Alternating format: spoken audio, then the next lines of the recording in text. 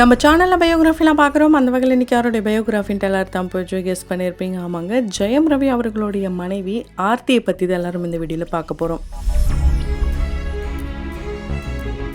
இவங்களை பற்றி பார்க்கறதுக்கு முன்னாடி இது வரைக்கும் யாராலும் நம்ம சினி சமூகம் சேனலை சப்ஸ்கிரைப் பண்ணலையோ அவங்க எல்லாரும் மறக்காம சப்ஸ்கிரைப் பண்ணிட்டு பக்கத்தில் இருக்க பெல் ஐக்கானையும் மறக்காம ப்ரெஸ் பண்ணிடுங்க.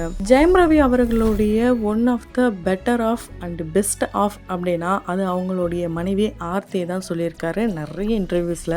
ஆனா இவங்க ரெண்டு பேருக்கும் இடையில டிவோர்ஸா இந்த விஷயத்தை கேள்விப்பட்டதும் ரொம்ப பெரிய ஒரு அதிர்ச்சி தான் அவங்களுடைய ரசிகர்கள் மத்தியில ஏற்பட்டிருக்குன்னு சொல்ல முடியும். என்ன நீங்க இப்பதான் ஜிவி அண்ட் சைந்தவி ரெண்டு பேருமே யாருமே எதிர்பார்க்காத வகையில டிவோர்ஸ் வாங்கினாங்க. பல வருட காதல் இத்தனைக்கும் அப்படி இருந்து டிவோர்ஸ் வாங்கிட்டாங்க. நீங்களும் இதே மாதிரி பண்றீங்களே, உங்களெல்லாம் எத்தனை பேர் ஃபாலோ பண்றாங்க, உங்களை நிறைய பேர் இப்படிதான் இந்த மாதிரி ஒரு கப்பலா நாங்க வாழணும்னு ஆசைப்பட்டாங்க, இது போல ஒரு முடிவு எடுக்கலாமா, நிறைய பேர் இந்த கேள்விகளை கேட்டுட்டு வராங்க. இதெல்லாம் உண்மையா பொய்யா இல்ல வதந்தி தானா, இது போல கேள்விகளும் ஒரு பக்கம் இருக்கு. இது எல்லாத்துக்கும் விளக்கம் கொடுக்கிற வகையில அவங்களுக்கு நெருக்கமானவங்க அண்ட் பத்திரிகை துறையை சேர்ந்தவங்களே உண்மைகளை சொல்லியிருக்காங்க. அண்ட் அது மட்டும் இல்லாம ஆர்த்தியே அவங்களுடைய சைட்ல இருந்து விளக்கம் கொடுக்கிற வகையில ஒரு சில விஷயங்களை ஷேர் பண்ணியிருப்பாங்க. ஆர்த்தி அண்ட் ஜெயம் ரவி இவங்க ரெண்டு பேருமே லவ் மேரேஜ் நம்ம எல்லாருக்குமே தெரியும். ரெண்டு பேருக்கும் லவ் பண்ணி மேரேஜ் ஆகிற முக்கிய காரணமா இருந்தவங்க நடிகை குஷ்பு அவர்கள் தான். குஷ்பு அவர்களுடைய வீட்டு ஃபங்க்ஷனுக்கு நிறைய பேரை இன்வைட் பண்ணியிருக்காங்க. அந்த நிறைய பேர்ல ஒருத்தவங்க தான் குஷ்பு அவர்களுடைய பெஸ்ட் ஃப்ரெண்டான சுஜாதா. இவங்க வேற யாருமே இல்லைங்க, ஆர்த்தியோடைய அம்மா தான். சுஜாதா அவர்கள் பாத்தீங்கன்னா ஒரு ப்ரொடியூசரா இருக்காங்க.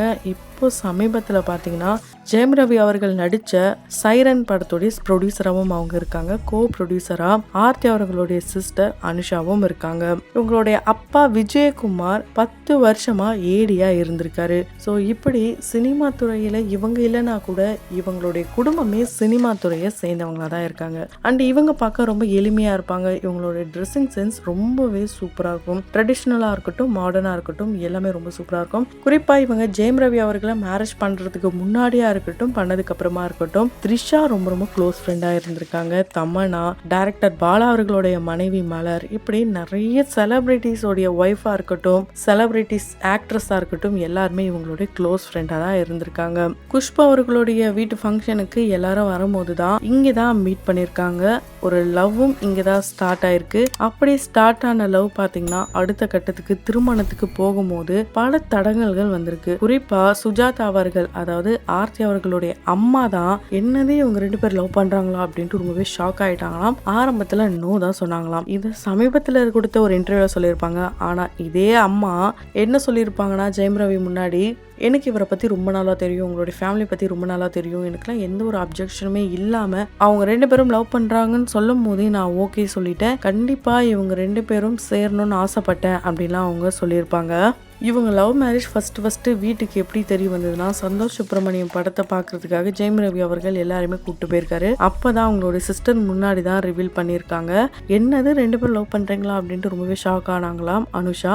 அதுக்கப்புறம் தான் வீட்டுக்கெல்லாம் தெரிய வந்திருக்கு. அதுக்கப்புறமா அம்மா நோ சொல்லியிருக்காங்க. குறிப்பா ஜெயம் ரவி அவர்களுடைய அப்பா மோகன் அவர்கள் நோ தான் சொல்லிட்டு இருந்தாராம். அதுக்கு காரணம் சினிமா துறை வீட்டை சேர்ந்தவங்களுடைய பொண்ணு எதுக்கு நமக்கு தேவையில்லை அப்படிலாம் கூட அவர் நோ தான் சொன்னாராம். ஆனா இந்த திருமணத்தை குஷ்பு அவர்களும் அவங்களுடைய ஃப்ரெண்டான சுஜாதா, அதாவது ஆர்த்தியோடைய அம்மா, ரெண்டு பேரும் சேர்ந்து தான் அவங்க அப்பா கிட்ட எப்படியாவது பேசி மேரேஜ் பண்ணவே ஒத்துக்க வச்சாங்களாம். குறிப்பா ஆர்த்தி, நான் வாழ்ந்தா ரவி கூட தான் வாழ்வேன், இல்லைன்னா எனக்கு கல்யாணமே வேணாம், நான் சூசைட்லாம் பண்ண போறேன் அப்படின்ட்டு பிளாக்மெயிலாம் பண்ண கதையெல்லாம் இருக்குன்ட்டு சமீபத்துல அவங்களுக்கு ரொம்பவே நெருக்கமான ஒரு பத்திரிகையாளர் ஓபன் அப் பண்ணியிருந்தாரு. அதே மாதிரி ஜெயம் ரவி அவர்களுக்கு ஆர்த்தி அவர்கள் யார்கிட்ட பேசினாலும் எந்த ஒரு கோபமோ பொசசிவ்னஸும் வந்ததே கிடையாதாம். ஆனா அவங்க அம்மா சுஜாதா கிட்ட ஆர்த்தி எப்பெல்லாம் பேசுறாங்களோ அப்ப கோபமும் பொசசிவ்னஸும் வருமாம். இவங்க காதலிச்ச ஆரம்பத்துல இருந்து இப்ப வரைக்கும் ஆர்த்தி ஜெயம் ரவி அவர்களை குக்கு அப்படின்னா கூப்பிடுவாங்களாம். பேராண்மை படத்துக்காக ஜெயம் ரவி அவர்கள் ரொம்ப டயட்ல இருக்கும் போது அவர் ரொம்ப பசியிலும் மற்றவங்க மேல வெறுப்பையும் அவங்க அம்மா புலம்பிருக்காங்களாம். ஜெயம் ரவி அவர்களால் அழுதுருக்காங்களாம். இது போலலாம் அவர் ரொம்பவே அப்செட் ஆயிருந்திருக்காராம். அந்த நேரத்துல ஆர்த்தி ஃபோன் பண்றாங்க அப்படின்னா, தயவு செய்து பண்ணாதான் நான் செம கோவத்துல இருக்கேன், பண்ணிடாத அப்படின்னு முன்னாடியே சொல்லிட்டு வராங்க. ஏன்னா 2 பேருக்கும் இடையில சண்டை வந்ததுன்னா சீக்கிரம் அது தீர்றது கஷ்டமாம். அதே மாதிரி இவங்க டிவோர்ஸ்க்கு முக்கிய காரணம் ஜெயம் ரவி அவர்கள் எப்பவுமே அவரு எப்படி இருக்காரோ அப்படிதான் இருக்கணும்னு நினைப்பாராம். ஆனா அவங்களுடைய மாமியாரான சுஜாதா அவர்கள் நீங்க இதை பண்ணுங்க, இப்படி இருங்க, அப்படி இருங்கன்னு சொல்றது மட்டும் இல்லாம அவங்களுடைய மனைவியும் அந்த இடத்துல இருப்பாங்களாம். எந்த ஒரு சப்போர்ட்டும் இவங்களுக்கு பண்ணவே மாட்டாங்களாம். அவங்களும் கூட சேர்ந்து இந்த மாதிரி ட்ரெஸ்ஸிங் சென்ஸ் பண்ணுங்க, அப்படி பண்ணுங்க, இப்படி பண்ணுங்கன்ட்டு 4 பேர் முன்னாடி இவங்களும் அவங்களுக்கான அட்வைஸையும் கொடுக்கறதுனால ரொம்பவே ஒரு மாதிரி மென்டல் டார்ச்சரா இருந்ததாம் ஜெயம் ரவி அவர்களுக்கு. அதனாலதான் இதுக்கப்புறம் இது செட்டே ஆகாது, டிவோர்ஸ் வாங்கணும்ட்டு 2 நாளைக்கு முன்னாடி அவங்களுடைய அண்ணனை கூப்பிட்டு போய் தான் பெரிய வக்கீலோட போயிட்டு கோர்ட்ல ஃபைல் பண்ணிருக்காங்களாம். ஆனா ஆர்த்தி அவர்கள் இல்ல நான் கண்டிப்பா இவர் கூட சேர்ந்துதான் வாழ்வேன், காதல் வார்த்தை இல்ல வாழ்க்கை அப்படின்ட்டு அவங்க ட்வீட் பண்ணிருப்பாங்க.